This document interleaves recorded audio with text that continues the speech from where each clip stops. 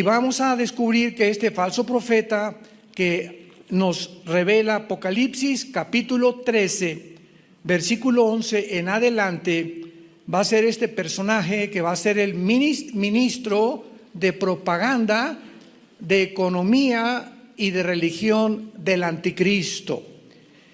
Y así, como hay una Trinidad del Padre, el Hijo y el Espíritu Santo, todos ustedes saben que también hay una falsificación de los dones espirituales, de los milagros y de todo lo que Dios haga. Hay una falsificación, porque Satanás es experto en falsificar.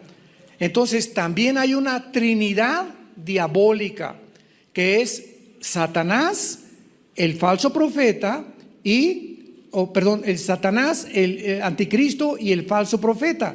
Satanás quiere imitar al Padre, el anticristo al Hijo y el falso profeta al Espíritu Santo. Y así como cuando el Espíritu Santo vino al mundo para levantar a Jesucristo, el Hijo de Dios, el falso profeta jugará el papel del Espíritu Santo diabólico, o un espíritu que no va a ser el verdadero Espíritu Santo, para poder engañar al mundo, y él va a ser el papel de levantar la persona del anticristo.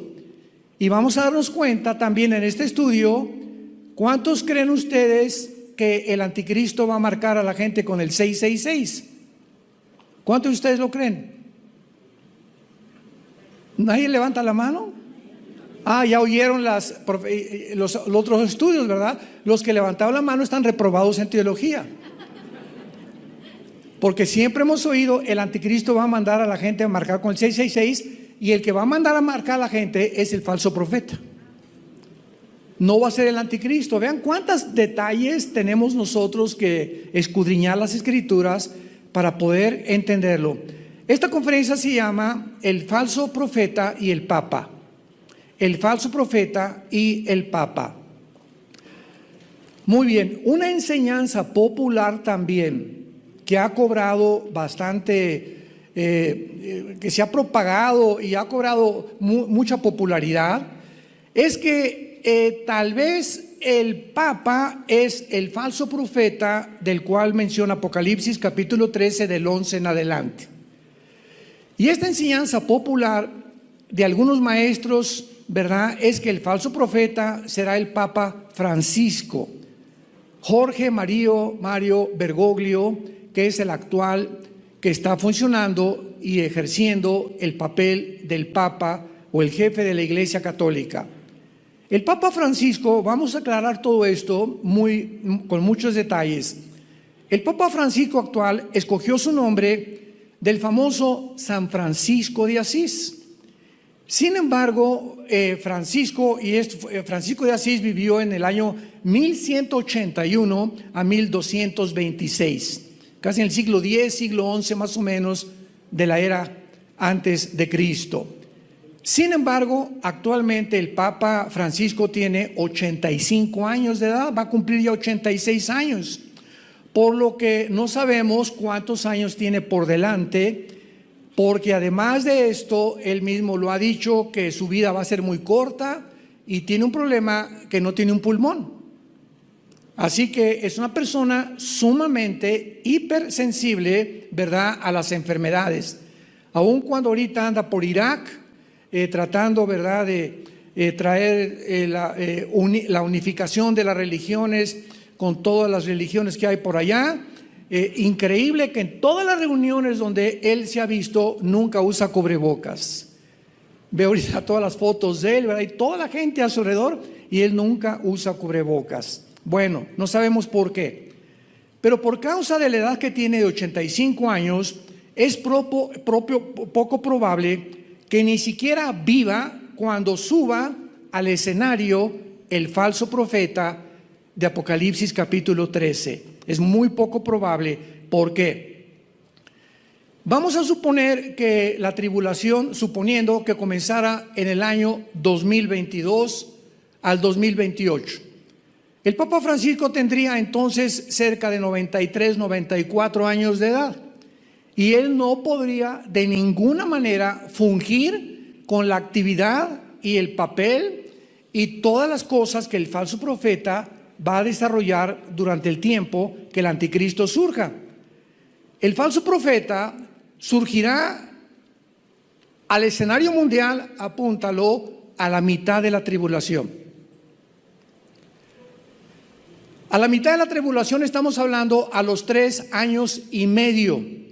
Los primeros 3 años y medio de la tribulación, Apocalipsis 17, es la ramera o el sistema religioso de la ramera, que durante los primeros 3 años y medio va a gobernar y a controlar el mundo. La religión va a volver a tomar otro papel, ahora sí que mayoritario, para poder estar sobre los gobernantes, lo mismo que pasó durante los últimos 18 siglos. En 18 siglos hasta el siglo XX, el Vaticano controló, dirigió, influenció a todos los reyes y a todos los gobernantes de Europa. No podía nadie casarse sin la autoridad del Papa. No podía nadie hacer negocios, era un control total del Vaticano durante casi 18 siglos de la religión, hasta que en Inglaterra vino la primera rebelión en contra del papado, y el papado ordenó comenzar a perseguir a los que les llamaran protestantes, porque comenzaron a protestar contra el Vaticano, que no era realmente la iglesia cristiana. Y los ingleses que se convirtieron a Cristo bajo la predicación sobre todo de Juan Hus, H-U-S-S, busca su vida, es impresionante. ¿Qué hicieron? Se escaparon de Inglaterra y llegaron en el año 1625 a Estados Unidos, que era América del Norte, Estados Unidos, que no estaba todavía ni siquiera colonizado. Y estos peregrinos que llegaron a Estados Unidos, a Rhode Island, 1625, comenzaron a llegar con la Biblia en la mano. Entonces fundaron la nación de Estados Unidos, o el fundamento fue con este libro, la Constitución americana, las leyes americanas. En los juzgados, en los tribunales americanos siempre usan la Biblia. El presidente, cuando toma posesión, inclusive el presidente Joe Biden, que no es cristiano, puso la mano sobre la Biblia. Entonces, esta nación de Estados Unidos fueron fundada por los peregrinos que huían de la persecución de Europa. Y ya después vino la época de las misiones. El cristianismo se comenzó a extender. En los años 1700, 1800, los Estados Unidos comenzaron a fundar las 3 universidades más famosas que existen, que son la Universidad de Harvard, Yale y Princeton. Y estas 3 universidades fueron fundadas para preparar cristianos y líderes. Fueron fundadas por pastores. Y son las 3 instituciones ahorita, los 3 bastiones más grandes del comunismo, del socialismo, del ateísmo, del materialismo y del darwinianismo. O sea, se rompió completamente todo aquello que tenía el propósito de poder convertirse en una fuente de propagación del evangelio de la gracia de Dios. Entonces vemos nosotros que en la Biblia siempre se menciona al anticristo, lo vamos a ver, con 3 años y medio de gobierno. Siempre se menciona al falso profeta con 3 años y medio de gobierno. Y cuando Cristo venga al final de la tribulación, Él va junto con el anticristo, al falso profeta, a ser echados en el lago de fuego. Por lo que en los últimos 3 años de la tribulación, que se llama la gran tribulación, el anticristo y el falso profeta trabajarán con un compadrazgo, unidos continuamente, como lo vamos a ver, por lo cual no puede ser el falso profeta el Papa, porque el Papa va a encabezar los primeros 3 años y medio que se conoce en Apocalipsis 17 como la gran ramera, y este sistema religioso sí va a ser el líder un Papa. Pero no sabemos ni creemos que sea Francisco por su calidad física tan débil, ¿verdad? Y que está menguando cada vez más su vida física y sobre todo su problema pulmonar que él tiene. Ahora, ¿qué es lo que está haciendo Francisco ahorita antes de que venga tal vez el próximo Papa? Que puede ser realmente, yo casi estoy seguro, ¿verdad? Es mi opinión personal, que el próximo Papa puede ser el falso profeta. Si nos encontramos tan cerca como la Biblia lo dice, era importante que el nuevo Papa o el que siga después de Francisco, si se va a convertir la gran ramera, vamos a leerlo en el capítulo 17 de Apocalipsis. Vi entonces uno de los 7 ángeles que tenían las 7 copas, Apocalipsis 17, y habló conmigo diciéndome: ven acá y te mostraré la sentencia, o sea, el juicio contra la gran ramera, la que está sentada sobre muchas aguas. Brínquense al versículo 18. Y la mujer que has visto es la gran ciudad que reina sobre los reyes de la tierra. ¿Quién es la gran ramera? Una ciudad. ¿Ven cómo se puede estudiar la Biblia tan claramente? No es de interpretación privada la Biblia. Entonces, hay una ciudad que ya en tiempos de Juan se había prostituido o estaba comenzando a prostituirse con las demás naciones. ¿Qué es lo que ha pasado durante los últimos 20 siglos o 2000 años? Y dice el versículo 2, con la cual han fornicado los reyes de la tierra, y los moradores de la tierra se han embriagado con el vino de su fornicación. Vean ustedes la palabra ramera y fornicar. Son dos términos que se usan dentro de todo lo que sea el área sexual, ¿verdad? Una ramera es una mujer que vende su cuerpo por dinero o por interés. O hay muchas mujeres que ni siquiera por eso, por conveniencia de quedar bien con el jefe, para que me den un papel en esa película, ¿verdad? Tienen que pasar, les dicen pasar por las armas, pasan por el coproductor, por el productor, por el director, con tal de llegar a ser estrellas de cine o grandes deportistas o tener algunos otros beneficios. Eso es lo que se llama la prostitución, que tú entregues tu cuerpo a cambio de algo, es vender el sexo. Y la palabra fornicar es la palabra porneia, con P de papá, que en la Biblia se usa para cualquier relación sexual ilícita. O sea, fornicar se usa para las personas que usan el sexo para sí mismos. La famosa masturbación, te estás fornicando tu propio cuerpo. Dios te prohíbe que uses el sexo para tu propio deseo. 1 Corintios capítulo 7 lo explica muy bien. Número 2, con bestias, se llama bestialismo. Usar el sexo con animales. Número 3, hombre con hombre, se llama homosexualismo. Mujer con mujer, ¿verdad? Todos estos homosexualismos o lesbianismo son fornicación. Usar el sexo antes de casarte con tu novia es fornicar. 1 Corintios 6, huyan de la fornicación. Cualquier otro pecado que el hombre cometa está fuera del cuerpo, pero el que fornica está destruyendo, corrompiendo su propio cuerpo, su mente. Todo afecta el pecado sexual. Entonces, cuando la Biblia usa los términos ramera, fornicar, políticamente ya sabemos cómo aplicarlo. ¿Por qué se le llama a esta gran ciudad ramera? Porque por interés comercial y monetario se vendió durante 18 siglos a los reyes de la tierra. Y para poder tener más intereses, el Vaticano se convierte en el centro, escúchenme muy bien, el centro de la acumulación de las riquezas más grandes del mundo entero.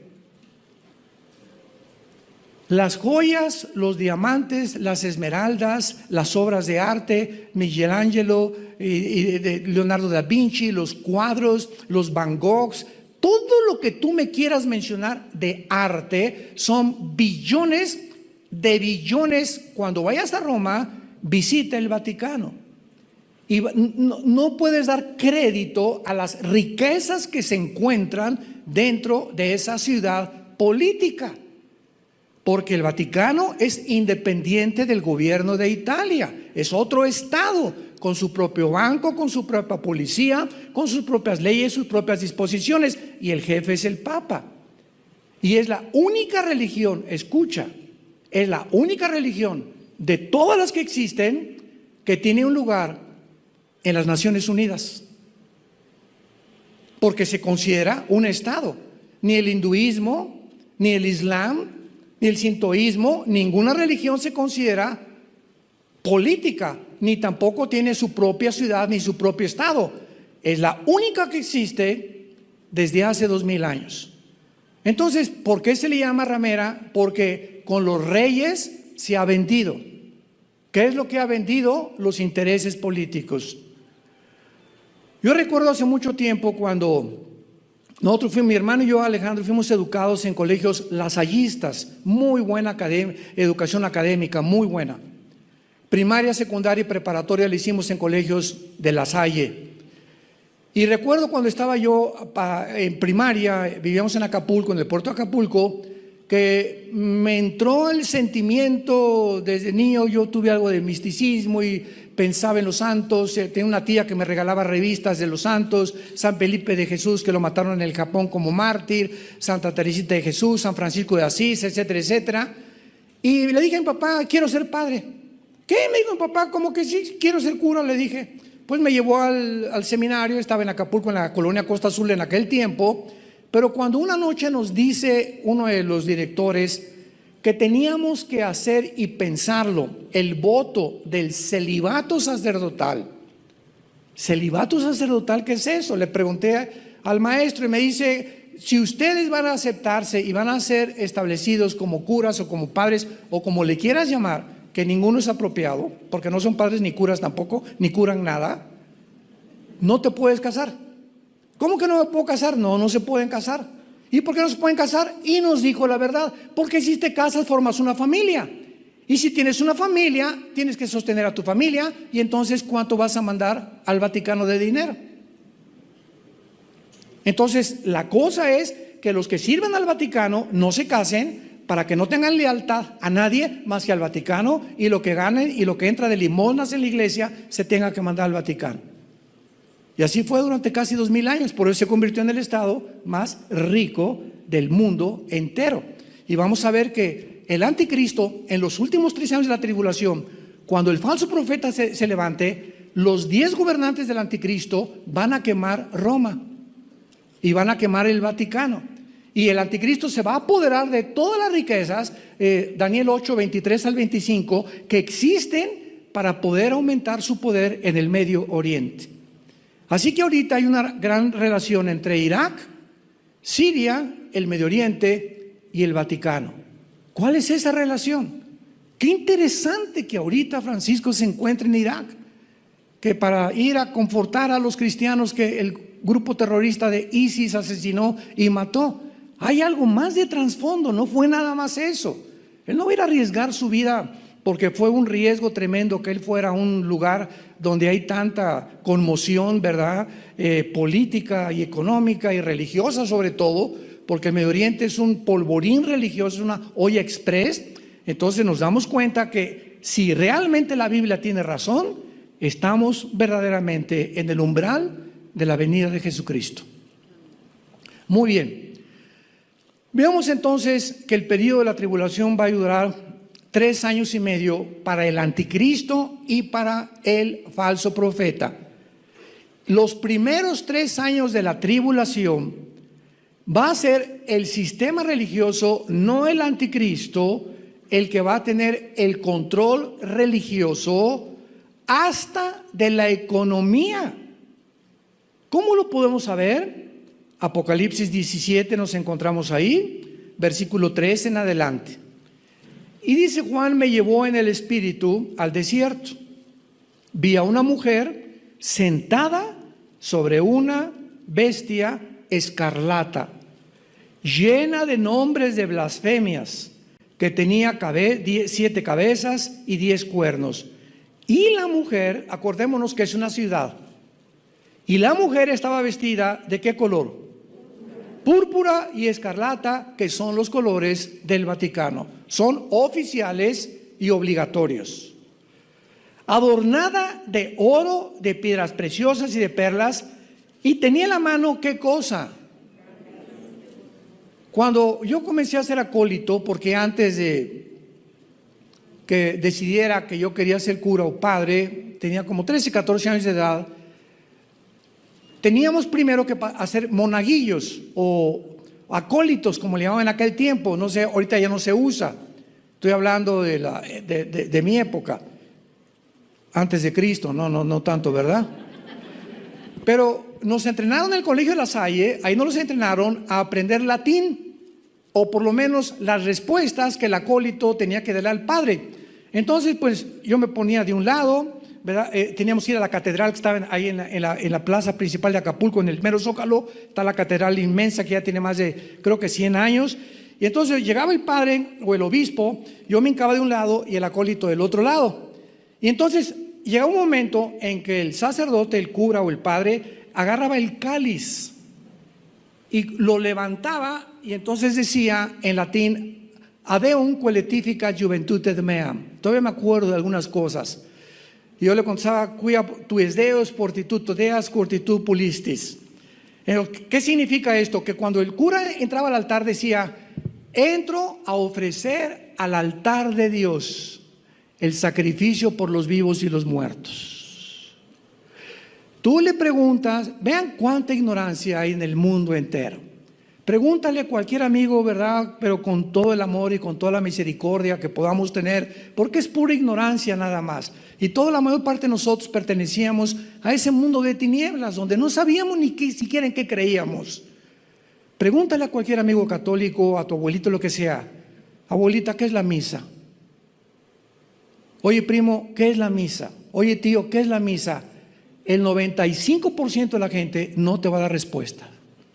Te va a decir, pues es el cáliz, es etcétera, etcétera. Y mira, apúntalo, abuelita, apúntalo, tío.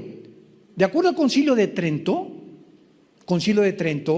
se dictaminó y se institucionalizó que la misa es un sacrificio por los vivos y por los muertos.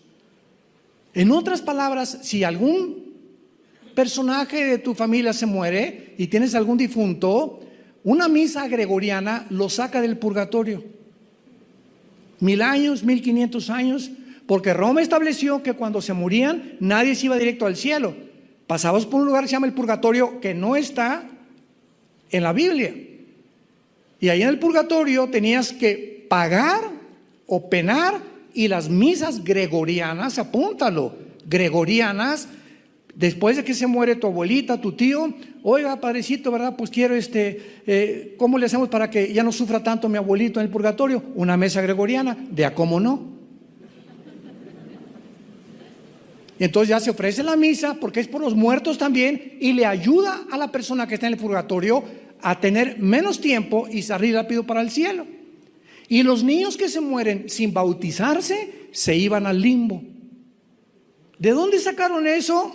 No sé, ni en la Biblia del Mormón se encuentra esto. Entonces, todas estas cosas que practicaban muchos de nosotros, ¿por qué lo hacíamos? Porque no conocíamos la verdad de la palabra de Dios. El día que tú conozcas la verdad, Jesús dijo, la verdad te hará libre. ¿Libre de qué? De tradiciones, de religiones, de tantas mentiras, de ateísmo, materialismo, sistemas políticos, ideologías. Cualquier cosa y cualquier persona que no se conforme con las sanas palabras de Jesucristo está completamente del otro lado, pertenece al mundo de las tinieblas. Tiene insanidad mental, las tinieblas han cegado su corazón, y como guías de ciegos nos dejamos guiar por esos guías que no tenían la Biblia como la guía más segura y protectora de nuestra alma. Entonces, si los primeros 3 años y medio, para que lo vayas ya entendiendo esa cronología, le pertenecen al tema religioso, ¿dónde están? Seguimos leyendo versículo 4, la mujer, 17:4, Apocalipsis, estaba vestida de púrpura, escarlata, adornada de oro, piedras, en la mano un cáliz de oro lleno de abominaciones. Cuando el cura levanta el cáliz y dice que ese sacrificio es por los vivos y por los muertos, vean lo que está diciendo. Aquí está la cruz. En el Antiguo Testamento se ofrecían sacrificios de animales como un símbolo o una sombra de la sangre que Cristo en la cruz iba a derramar por nosotros. En el momento que Cristo está en la cruz del Calvario, sus últimas palabras fueron las siguientes: Tetelestai, en arameo, que significa consumado es. Desde ese momento en adelante que Jesús dice consumado es, o sea, ya no hay nada que se pueda ofrecer para que una persona entre al cielo.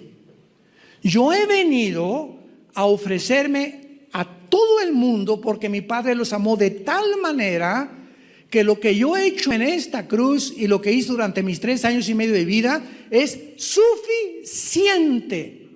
No se le puede agregar nada ni se le puede quitar nada. Consumado es. Y de ahí en adelante el sacerdocio levítico, que de la familia de Aarón que Dios estableció, quedó completamente obsoleto y desechado.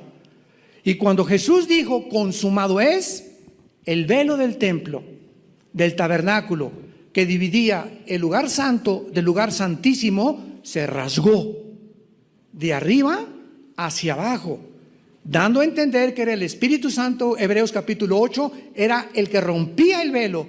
Y en ese momento, al romperse el velo, ¿qué indicaba el Espíritu Santo? Dice en Hebreos capítulo 8, indicaba que ahora el camino para entrar a la presencia de Dios, que era el lugar santísimo, no se necesitaba de intercesores. Ya no necesitábamos a ningún santo, ni a San Martín de Porres, ni a San Tadeo, ni a San Francisco de Asís, ni a ninguna virgen, a nadie más que, porque no hay otro nombre dado bajo el cielo a los hombres en que podamos ser salvos que en Jesucristo hombre. Hechos 4:12. 1 Timoteo capítulo 1, porque hay un solo mediador entre Dios y los hombres, uno solo, Jesucristo hombre. Lo más irónico es que estos versículos se encuentran en la Biblia católica, aún en la Torre Samá de la Nácar con Lunga y a la Universal, que son las 3 versiones que produjo las sociedades bíblicas en Inglaterra. Se encuentran estos versículos ahí, pero no los ven o no los entienden y ven lo que les conviene, ¿verdad? Es que Jesucristo le dijo a Pedro, sobre esta roca edificaré mi iglesia. Espérame tantito, si tú ves en el original, le está diciendo sobre esta roca, y esta roca, dice 1 Pedro capítulo 2, el mismo Pedro que es Jesús. Sobre esta roca, o sea, Jesús estaba diciendo, sobre esta roca soy yo, edificaré mi iglesia. Y la historia nos lo corrobora, porque los primeros 300 años después de que se muere Cristo, los primeros 300 años del cristianismo, ¿quién fue el primer papa? Por el amor de Dios, ya no quiero decir Virgen de los Remedios, ya me criticaron. ¿Quién fue el primer papa? No hubo papas en 350 años. Constantino fue el último emperador romano que nombró al primer pontífice, que significa el constructor o el puente entre el cielo y la tierra. Entonces el Imperio Romano duró la cantidad más 200, 300, 400 años políticamente, y el Imperio Romano llega un momento en que Constantino muere, absorbe el cristianismo como la religión oficial del Imperio Romano. Pasaron 350 años y un emperador romano es el primero que nombra a alguien para que el imperio político se dé la voltereta y el Imperio Romano continúe como la Biblia lo profetizó, ya no políticamente, sino religiosamente, gobernando a los hombres.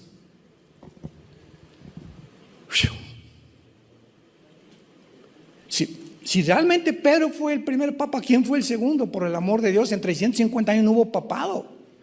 Y esto te lo dice la historia, ni siquiera tienes que venir a la Biblia. Entonces, dice la Biblia, y en su frente, versículo 5, un nombre escrito. Un misterio, Babilonia la grande, la madre de las rameras y de las abominaciones de la tierra. Y di a la mujer, o sea, a esta ciudad, ebria de sangre de los santos. ¿Quién es la única ciudad religiosa y política que ha matado a más cristianos y a más judíos en la historia de hace 2000 años? Roma. Nada más en la Inquisición murieron más de 200 millones de judíos y cristianos porque no aceptaron el decreto: Roma es la única que salva. Cuando un papa manda a los famosos cruzados en contra de Jerusalén para sacar a todos los musulmanes, el genocidio que se hizo en el nombre de Dios. Esto es lo más terrible, cuando alguien dice que es en el nombre de Dios puedes matar, y etcétera, etcétera. Mataron a millones de judíos y de musulmanes, y por eso cuando tú le hablas a un judío ahorita, todo tiene una razón. Nos ven a nosotros y dicen es cristiano. Un judío no sabe que es un católico y un cristiano, creen que somos iguales. Y entonces sospechan y no quieren saber nada de nosotros porque creen que nosotros somos católicos y no entienden que el catolicismo es la corrupción del cristianismo y que el cristianismo no es una religión, el cristianismo es una relación personal, viva, dinámica, orgánica, con un hombre que se llama Jesús. Tú puedes tener una religión y te puedes ir al infierno. Te puedes haber tomado el miércoles de ceniza, puedes ayunar, puedes no comer carne en la cuaresma, te pueden haber bautizado y tú perteneces a una religión, pero Jesús no está dentro de ti.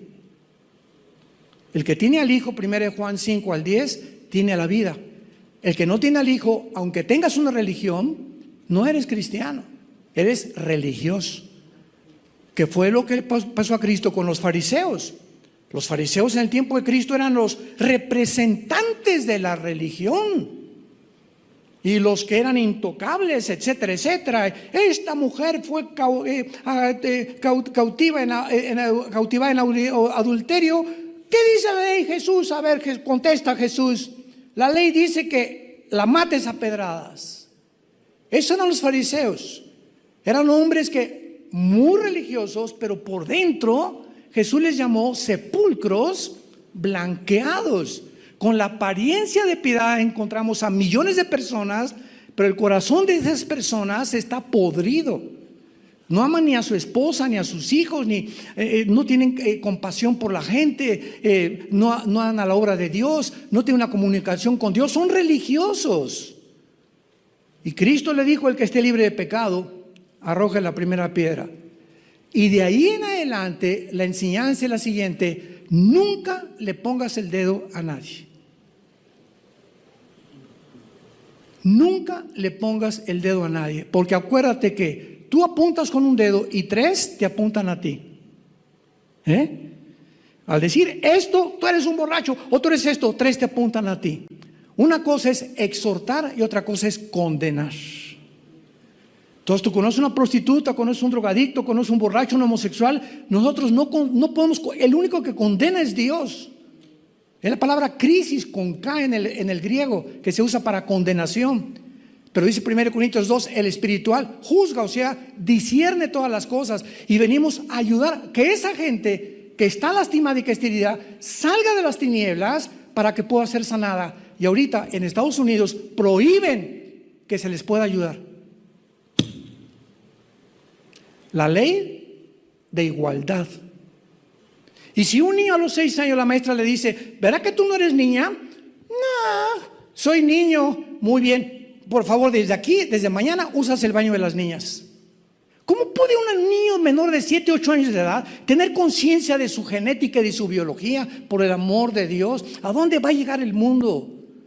No, pues ahora el que hable contra, no es en contra, estamos tratando de rescatarlos y traerlos y mostrarles que están enfermos en sus mentes y que Dios los quiere sanar, y que mientras tú no aceptes tu genética, que eres macho porque tienes el cromosoma Y y tú te sientes otra cosa, tu problema no es físico, es mental. Necesitas ayuda. Y Jesús vino por ustedes a morir, por los pecadores, por los homosexuales, por los transgéneros, por las lesbianas. Dios te ama como estás. Y ahora el gobierno quiere protegerte, que no te curen, que no te sanen, que sigas igual, porque ya no les conviene que las familias crezcan, porque quieren reducir la población. Le estoy hablando así. No se imaginan cuántos de las conferencias me han ya censurado. No sé ni por qué sigo ahí. Pero hasta que nos muramos tenemos que levantar la luz y la verdad. Hasta que el Señor venga por nosotros, no podemos callar.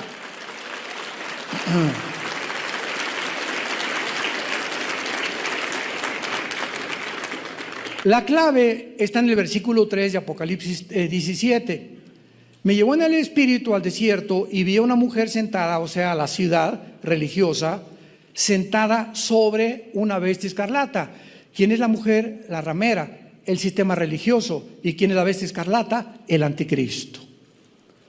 ¿Cómo se representa entonces esta imagen? Vean ustedes, el anticristo es como una bestia, vamos a poner en este caso un caballo, y el jinete es la mujer, representando que es el sistema religioso el que está controlando el sistema político.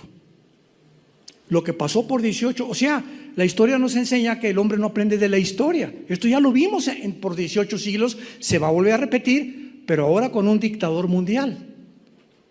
Entonces, si es el sistema religioso el que se describe en el capítulo 17, montado sobre el anticristo, que representa el poder político, el poder religioso va en los próximos meses o años a ejercer la más grande influencia sobre la misma política.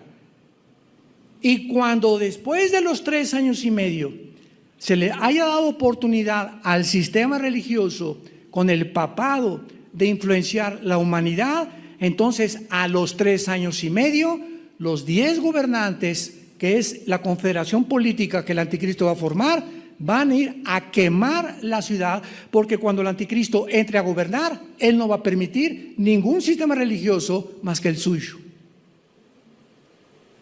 Entonces nos damos cuenta de lo siguiente, que esto es muy importante, si lo quieren apuntar. En la Biblia, en el Apocalipsis, los versículos no están, o los capítulos, en orden cronológico. Por favor, esto es bien importante, apúntalo.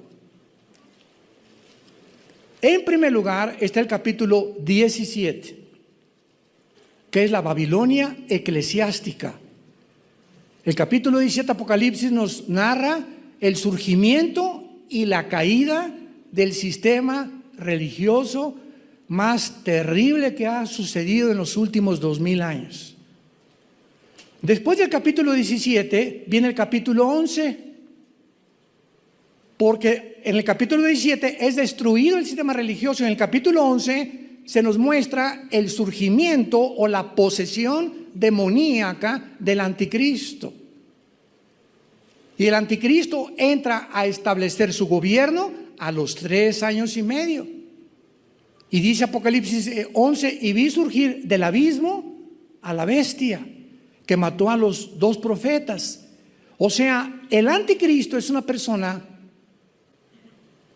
escuchen con cuidado, la bestia es otra persona. El anticristo es un ser humano, la bestia es el espíritu demoníaco o el principado demoníaco que va a entrar a poseer al anticristo. Porque en Apocalipsis 16, en la 5ª copa, dice la Biblia, y vi salir de la boca del dragón, de la boca de la bestia y de la boca del falso profeta, 3 espíritus de demonios. De el dragón de Satanás salió un demonio, Del anticristo salió otro. No se metieron. Cuidado, estaban saliendo de ellos. Y del falso profeta salió otro. O sea que esta trinidad diabólica está completamente poseída y ellos pueden sacar y pueden entrar demonios a ellos. Y estos 3 demonios que salen, Apocalipsis 16:12, van a los reyes de la tierra. Estos 3 demonios van a ir y van a influenciar a los gobernantes para traerlos, para reunirlos al valle de Josafat, Joel capítulo 3, para la guerra del Armagedón, que es la tercera guerra mundial. Esto es impresionante. Cuando yo estuve leyendo esto hace como 1, 2, 3 semanas, me cautivó eso. Y de la boca habla el corazón. De la abundancia del corazón habla la boca. De tu boca puede salir maldición y de tu boca puede salir bendición. Ten cuidado cuando maldigas a tus hijos. Eres un bueno para nada, no sirves para nada, Pepito. Tienes patas de rana. O que tú insultes a tu esposo, o que tú insultes a tu esposo. Eso que sale de nuestra boca lleva poder, lleva poder. La palabra de Dios. Cuando hablamos la palabra de Dios, mis palabras, Jesús dijo, Juan 6, son espíritu. Sale algo que va más allá de la capacidad de poder comprender lo que es espíritu. Son espíritu y son vida. Cuando hablamos vida, bendición a nuestros hijos, los estamos edificando, construyendo. Cuando tú bendices a tus enemigos, a tu ex esposo, al que te violó, al que te robó, Padre, yo lo bendigo, ese ladrón que se acaba de ver mi televisión, lo bendigo, Padre, aunque no quiero. Señor, yo lo bendigo, ¿verdad? Y te pido por él. En ese momento, dice Romanos 12, estás acelerando que Dios lo juzgue. Fíjate nada más cómo opera el mundo de espiritual, ¿no? En lugar de digas, eres tal por cual, hijo de tal por cual, ¿cómo es posible que me haga esta cosa? Te maldigo, se te regresa. Se te regresa lo que tú hables en contra de alguien. Y cuando tú lo bendices, en ese momento le estás diciendo a Dios, Señor, te lo encargo, yo quiero tener paz, yo lo bendigo. No quiero que a nadie le vaya mal. Hayan hecho lo que han hecho, yo los bendigo en el nombre de Jesús. Padre, en ese momento Dios entra en acción y ascuas de fuego amontona sobre su cabeza. ¿Ves cómo opera el mundo espiritual? Tenemos que aprender a ser cristianos. Y cuando aprendes el mecanismo del mundo espiritual, te vuelves más que vencedor. Más que vencedora por aquel que nos amó. Ahora, muy bien.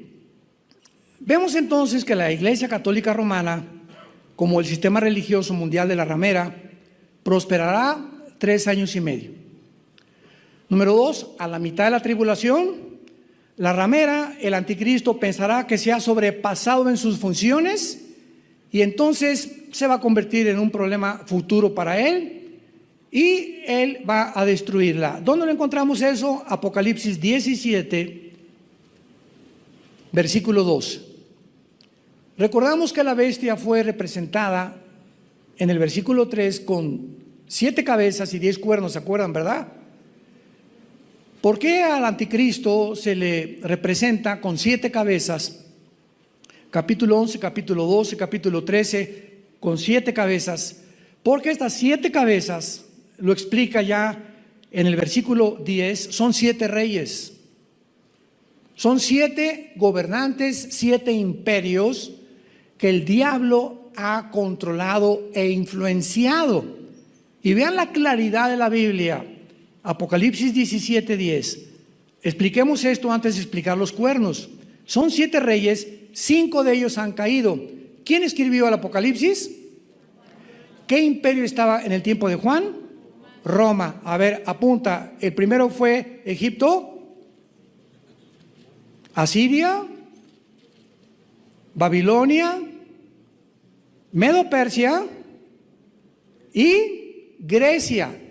¿Cuáles son los 5 que han caído? Los que acabo de mencionar. Uno es el 6, Roma. Uno es, que es Roma, el otro, o sea, el 6 Aún no ha venido, y cuando venga es necesario que dure tiempo, que es el 7. Y este 7 son los 10 cuernos o la confederación política última que el anticristo va a formar. Y la bestia que era, o sea, nos damos cuenta que el anticristo va a ser un ser humano que van a ser, pero la bestia, el principado demoníaco, los demonios que han entrado a muchas personas en el siglo XXI, poseyeron tal vez a Alejandro el Magno o a otros pintores o a otras gentes del pasado, y ellos no mueren. Ellos regresan a seres humanos y se vuelven a meter en esos seres humanos. Entonces la bestia que va a entrar en la persona del anticristo, dice la Biblia, era y no es, y también el octavo, y es de entre los 7 que van a la perdición. El anticristo será el octavo gobernante, y con eso se termina totalmente la historia del ser humano. Pero dice el versículo 12, y los 10 cuernos, el Espíritu Santo nos está explicando todo. ¿Quiénes son los 10 cuernos? Son 10 reyes, son 10 gobernantes que aún no han recibido el reino. En el tiempo de Juan, este gobierno no existía de los 10 cuernos, pero por una hora recibirán autoridad como reyes juntamente como la bestia o con la bestia. O sea que este grupo de 10 naciones o 10 gobernantes aún no están en el mundo ahorita, en el año 2021, el siglo XXI, en el año 2021 en que nos encontramos.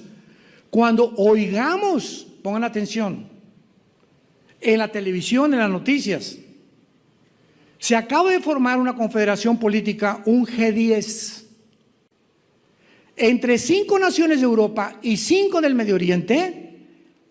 Cuando oigamos esto de entre ellos, Daniel capítulo 7, de entre de ellos sale el cuerno pequeño o la bestia.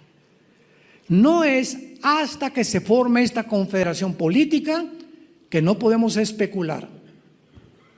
El Papa no es el anticristo, ni el príncipe Felipe, ni Obama, ni nadie de los que han dicho, o que Jared Kushner, el yerno de Trump. Han sacado tantas cosas, ¿verdad? Especulaciones. No podemos especular hasta que no se forme este G10, porque de entre de ellos surge el anticristo. Y dice el versículo 13, estos, o sea, esta confederación de 10 naciones que se va a unir, tienen el mismo propósito y entregarán su poder y su autoridad a la bestia. O sea, hasta que se conforme esta confederación política, ellos voluntariamente le van a decir al anticristo: quiero que gobiernes sobre todos estos 10 y tú seas la cabeza. Ellos le van a entregar, hasta que sea formada esta confederación, el poder al anticristo. Y dice el versículo 16, que es lo que nos atañe: y los 10 cuernos que viste en la bestia, estos aborrecerán ¿a quién? A la ciudad religiosa, la van a aborrecer y la dejarán desolada y desnuda, y devorarán sus carnes y la quemarán con fuego. Es hasta después de los 3 años y medio que, cuando se forma esta confederación, que el anticristo y sus 10 gobernantes asaltan Roma, queman Roma, y el anticristo dice: yo soy el papucho de papuchos. Segunda de Tesalonicenses capítulo 2, versículo 3 y 4. Porque no habrá nadie que pueda decir: yo soy Dios, yo soy el único Dios. Se adjudicará la deidad que la serpiente le prometió a Eva desde el huerto del Edén. No oigas a Dios, no oigas su palabra. Tú puedes ser Dios. Hace muchos años que dediqué bastante parte de nuestro ministerio a combatir el ateísmo. Tuve cantidad de debates en la televisión, en el radio, escuelas, en universidades secundarias, preparatorias, con ateos. Y después de tener tantos debates y eso, uno va teniendo un poco más de municiones, más conocimiento acerca de estas ideologías absurdas. Y cuando pude descubrir que el ateísmo no se puede sostener filosóficamente. Escúchame lo que estoy diciendo. El ateísmo es una ideología que no se puede sostener filosóficamente, imposible. O sea, tú no puedes ser ateo y decir que estás filosofando o demostrar que Dios no existe. ¿Por qué? Cuando una persona llegó finalmente y me dijo, yo soy ateo y no tengo a Dios, le dije, eres el más grande mentiroso que he conocido. ¿Por qué? Porque si tú dices que no hay ninguna deidad fuera de ti a la que tienes que obedecer, ¿a quién obedeces? Y me contestó, no tenía otra respuesta. Yo pongo mis 10 mandamientos, yo determino lo que es bueno y lo que es malo, yo tengo mi código de conducta, todo lo que yo puedo hacer. Le dije, entonces no eres ateo, tú eres Dios. No hay nadie que pueda decir que no es Dios. Si no aceptas el Dios que hizo los cielos y la tierra, te conviertes en Dios. Y esa fue la mentira que Satanás le lanzó a Eva. Serás como Dios, y lo han creído. Y han pasado casi ya 6,000 años y el ser humano sigue creyendo que somos dioses. ¿Y dónde nos encontramos? Al borde de la psicopatía, de la patología, de la insanidad mental. A lo que han llegado los gobiernos, a lo que estamos viendo a nuestro alrededor, porque el ser humano sigue creyendo que no necesitamos a Dios. Te damos gracias, Señor, en esta mañana por tu palabra. Gracias por abrirnos los ojos de nuestro entendimiento y hacer que resplandezca en nuestro corazón la iluminación del conocimiento de Dios en la faz de Jesucristo. Porque Dios, que hizo que de las tinieblas resplandeciera la luz, ha hecho resplandecer en todos los seres humanos que le han obedecido, que lo han aceptado como Señor y Salvador, que nazca la luz. Padre, te doy las gracias porque hace 1 o 2 días vi a mi nietecita que nos has regalado. Y yo le decía a mi esposa hace 1 o 2 días, esta bebé, cuando abre los ojos, busca la luz. Queda hipnotizada con cualquier lámpara, con cualquier cosa, y ahí se queda el bebé viendo la luz. Y entonces le dije a Dios, ¿qué puedo sacar de esta experiencia, Padre? Y fue muy fácil. Hemos nacido para buscar la luz desde que nacemos, porque nacimos para la luz, no para las tinieblas. Y los bebés lo manifiestan desde que ni siquiera tienen la mínima información en su subconsciente. Buscan la luz. Gracias, Señor, porque llegó un tiempo en nuestra vida que supimos que al encontrar a Jesucristo era esa luz que buscábamos, en filosofías, en ideologías, en tantas tonterías que no hicieron nada en nuestra vida más que amargarnos, llenarnos de odio, de rencor contra la misma raza humana. Te pedimos, Señor, en esta mañana que nos guardes de todo virus, del lazo del cazador, de la peste destructora, de saeta que vuela de día.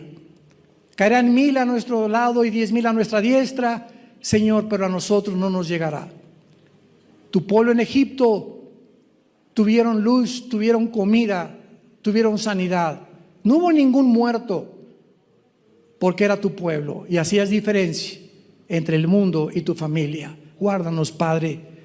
Pon nuestros pies sobre la roca, porque en ti hemos puesto nuestra confianza. Esperanza mía, roca mía, mi Dios en quien confiaré. Tú eres la única roca en la cual podamos nosotros descansar. Y si hay alguna persona de ustedes que nos ven por la televisión o presencialmente que no tienes a Cristo en tu vida, entrégale en este momento tu corazón. Dile ahí desde donde tú te encuentras, Señor, te pido perdón por mi vida, por mi terquedad, por mi soberbia intelectual.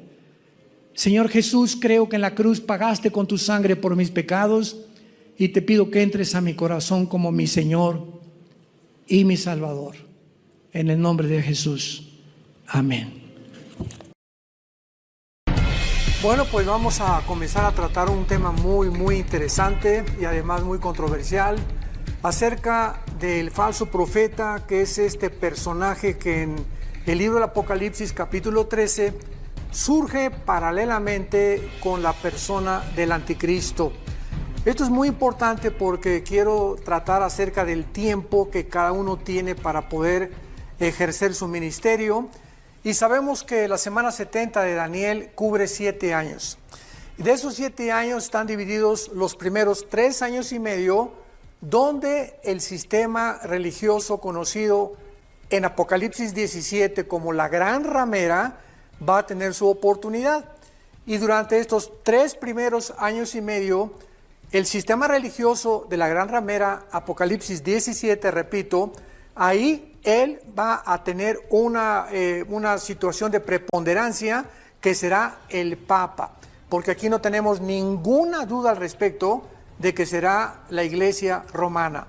Pero en los últimos 3 años y medio, la Biblia dice en Apocalipsis 17 que los 10 gobernantes del anticristo van a destruir, van a quemar a la ramera. Y después de los últimos 3 años y medio que queden, los 10 gobernantes van a levantar al falso profeta, del cual vamos a hablar, juntamente con el anticristo. Entonces es bien importante que podamos nosotros separar y poder tener claramente especificados los tiempos. Tal vez como a la mitad de la tribulación, el anticristo va a llegar a la ciudad de Jerusalén. Y el anticristo estará unido con lo que será su primer ministro de propaganda, de religión y de economía.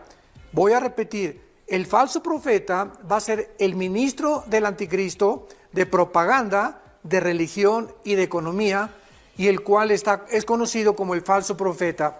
Este personaje, el falso profeta, se va a convertir en la tercera persona de la Trinidad satánica, porque el primero será Satanás imitando al Padre, el anticristo imitando a Cristo, y el falso profeta va a tratar de imitar al Espíritu Santo. Esto es importante porque así como el Espíritu Santo vino a levantar la persona de Jesucristo, Jesús dijo, cuando Él venga, Él me levantará y hablará de mí.